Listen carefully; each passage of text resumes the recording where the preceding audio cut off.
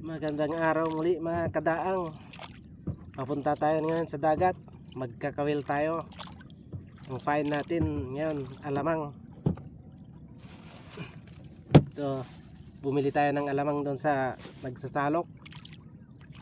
Sa halagang 50 pesos. Ganito na. Sobra-sobra naman na ito papain. Manguli tayo ng mga sapsap. Dumawi naman yung mga sapsap ngayon, kaya subukan natin naman. Mahina na yung kuha sa alimasag, kaya magkakawil muna tayo. Mamaya na tayo magpandaw ng pang-alimasag paggabi. Tara guys, magsasagban ulit tayo dahil wala pa tayong pambili ng makina. Ay, dito lang tayo sa malapit, mga 20 minutes lang nandun na tayo sa pangkawilan natin.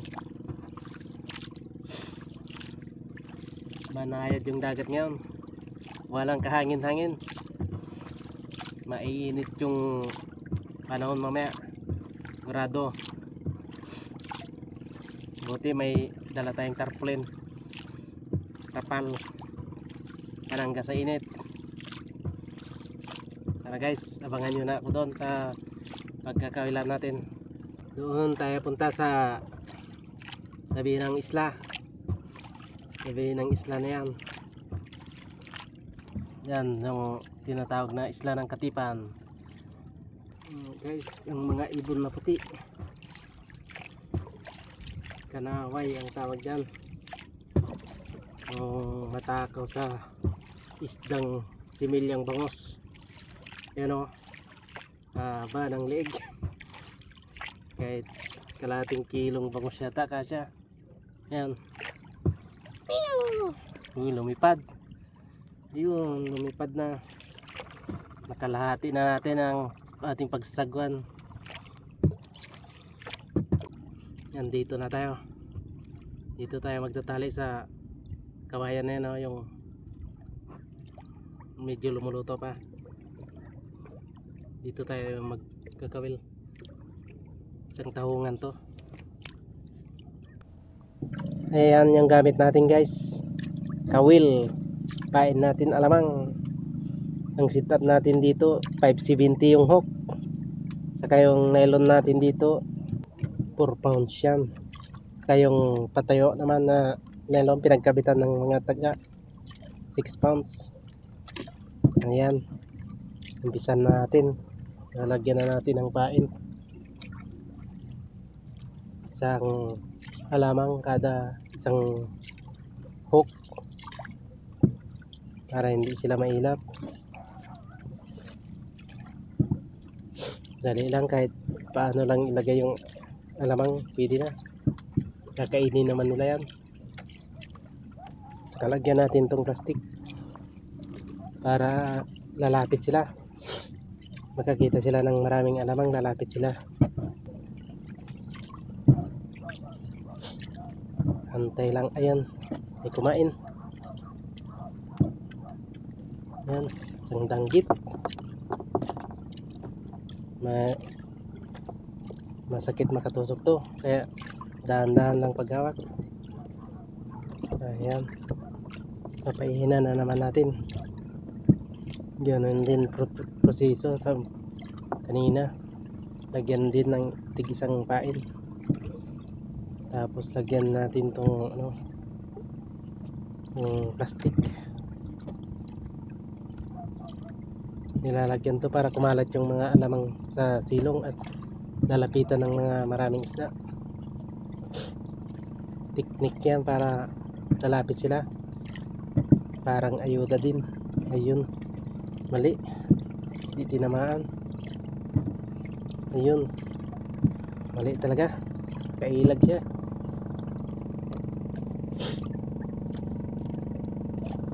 Nalagyan na naman natin ng pain.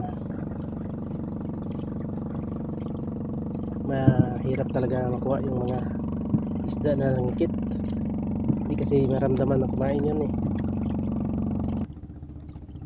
Parang nakukuryente lang yung nylon pag kumakain sila. Ayun, yan, kuha na. Isang danggit ulit. Medyo maliliit lang yung danggit. Dito wala dati, ang lalaki ng mga danggit dito. Mga 2 buwan pa siguro bago sila lalaki. Yan, danggit na naman. Dumawi na yung mga danggit ah. Puro danggit yung nahuhuli.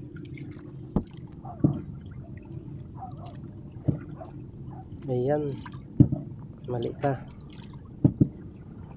Medyo maulap guys oh. Walang kahangin-hangin pero medyo maulap. Medyo maulap pero sa kabilang banda ang init. Yan guys, may init na. Wala nang ulap. Ilalagay ko muna tong trapal para may silong tayo. Ito yung magsilbing bahay natin dito. Parang nasa loob ng bahay tayo pag nilagay natin to. Ano lang ginawa ko lang to eh. Yung pinaglagyan ng arena. Mano-mano lang tinae. Ilalagay natin tong kahoy patayo ganyan. Tapos sa kabila parang sampayan lang to. Tapos ipapatong natin tong kapal natin. Yan.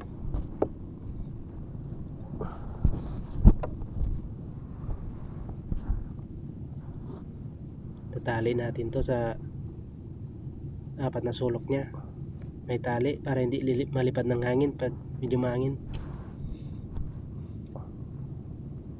4 na sulok yung tali niya. Kahit saan magmula yung hangin pwede.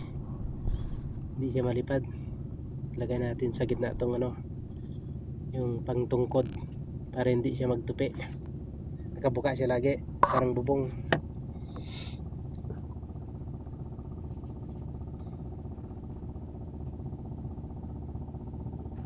Ang init kasi ng araw pag ganitong mahal na araw na. Kahit may kunting ulap, ramdam pa rin yung init. Yan, tapos na. Yan guys. May munting bahay na tayo. Ayan. Hindi na tayo maiinitan. Malaking tulong to. Ayan. Yun. Kuha tayo. Ay, 2. Isang apiras. Saka isang danggit. Ito yung danggit oh. Pag hindi nakabuka yung tinik niya, pwede siyang dakbain. Pero pag nakabuka yung tinik, delikado. Ang sakit naman tusok niyan. Yan, sap-sap. Sap-sap na yung nadali natin. Ayun, fish on na naman. Kaya to kanuping na maliit. Pwede na to pang ulam. Pag ganito may dalang kumain, wag muna tayong mag-release. Karga natin lahat para may pang ulam tayo.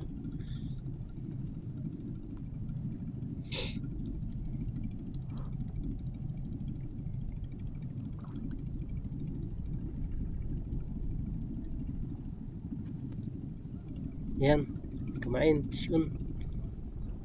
Ayun, danggit ulit. Marami talagang danggit ngayon. Medyo malinaw kasi yung tubig. Oras na dumawi yung mga danggit.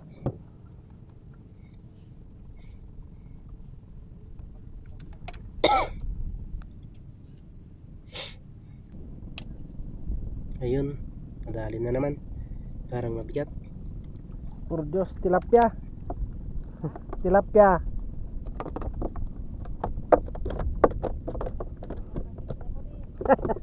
Hiti sarta naman.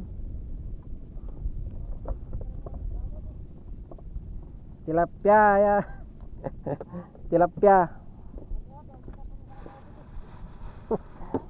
Bang mayabe.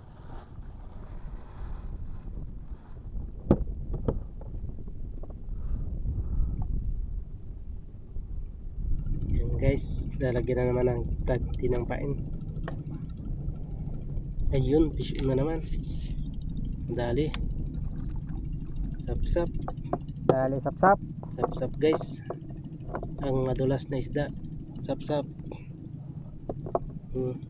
Big na yan.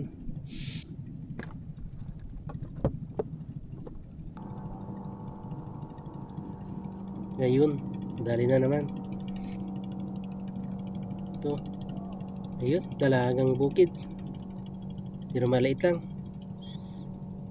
Pwede na yan. Karga na natin.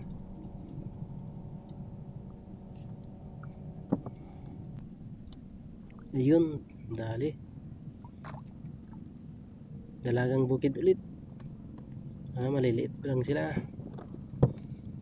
Malaki sana yung kumain. Yun, dali na naman. Dalagang bukid ulit. Sunod-sunod na to Dumating na yung pangkat nila. Yun, madali na naman.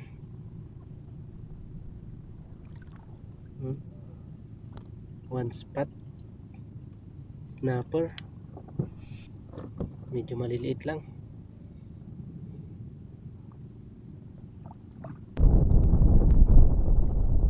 Yan. Yun. Medyo malaki to. Mabigat Lumalaban. Ayun, ang laking sapsap. Ang laki nito Mas malaki pa sa palad natin to. Jumbo. Pwede to.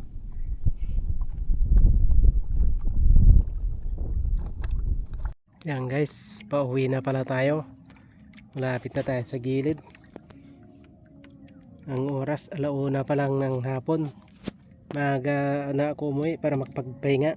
Mamaya magpapanda pa ako ng lambat pang alimasag. Ito nga pala yung nakuha ko. Yan. Ayos na rin yung huli. Makaulam na at may pangbinta pa ng konti. Bawi na lang tayo sa alimasag mamaya pag may makuha tayo. Nagana pag-uwi para magpagpahinga na. Saka wala na rin dumawi doon sa pinuntahan ko.